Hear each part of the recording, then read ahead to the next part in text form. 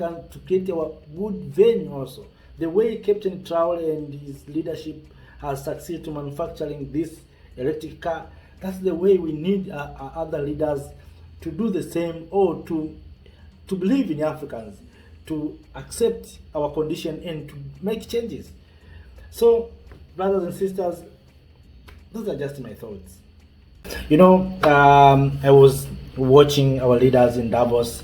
Of course, they've spoken very well. For instance, I heard President Ramaphosa talking about the issue of Africans starting adding value to our resources. But one thing that I was shocked with is when I see Tony Blair, and of course, Tony Blair is the one who participated in the remove of Muammar al-Gaddafi, and of course he was a former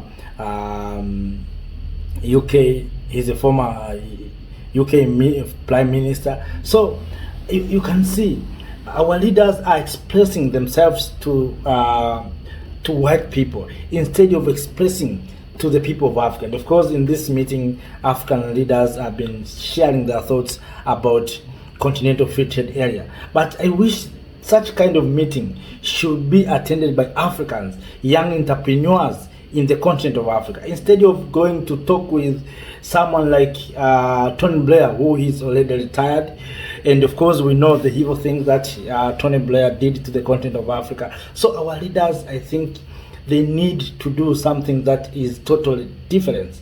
And that's why you see Captain Ibrahim Traore is doing amazing things, because he's focusing on the solutions of Africans' problems, not those who think that solutions must come from the World Bank or from IMF or from other civilization. And of course, we have been designed to think so, that when the Europeans are saying this is good, we, of course, even Africans, we accept that is good. But all in all, I wish such kind of the summit or meeting or discussion should be held in Africa, where African leaders are to engage with young people, young entrepreneurs, leaders, instead of going to Europe and having such kind of meeting with the Europeans, that it means it benefits the Europeans only. One thing that our leaders are not understanding, when you express what you desire to do, you provide your plan to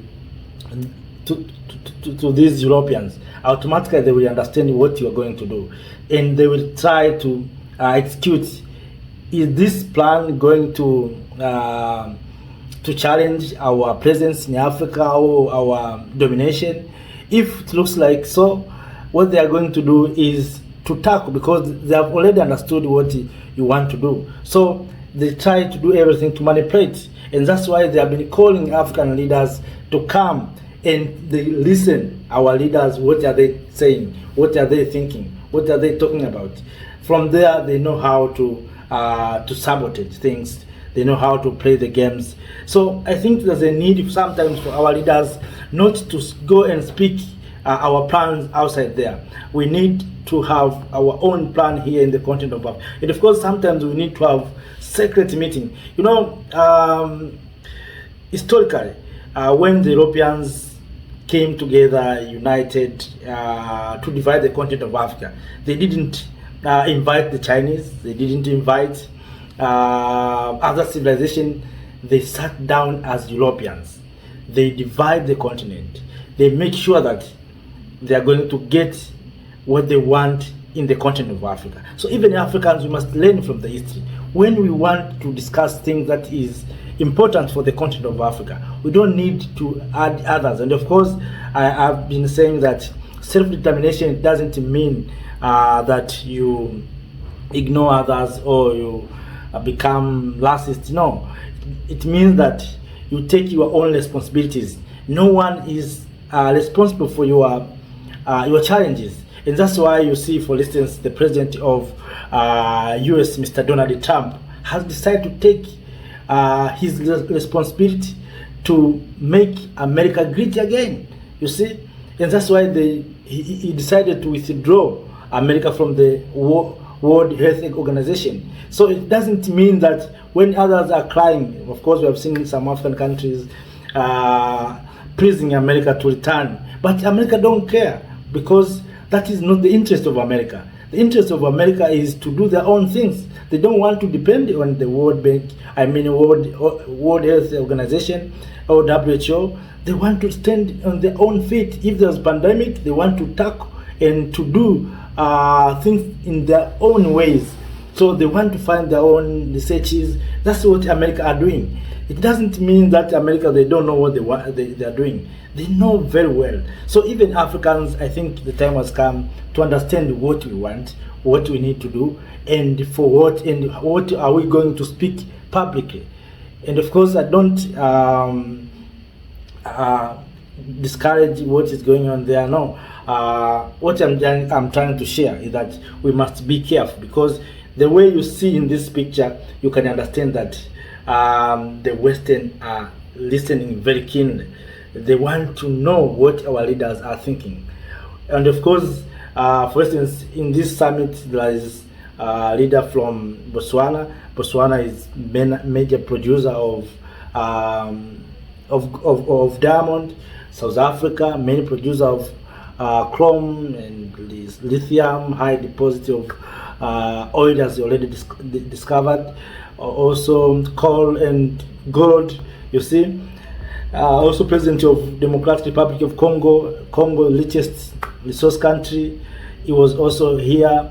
Also president of Somalia.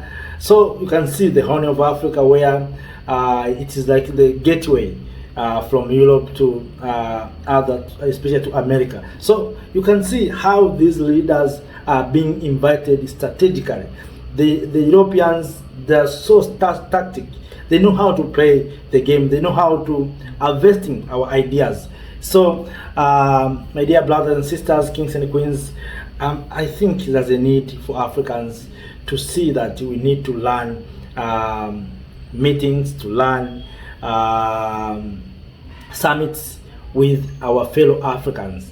You know, I see our leaders enjoying to have summit meetings with white people, but I don't see African leaders one day coming together and say, we want to hear from young entrepreneurs from this continent, we want to hear from innovators from this continent, what they lack, what they can do. You see, but you see, it's a small country, Burkina Faso, within 2 years has succeeded to have to create industries for gold refinery.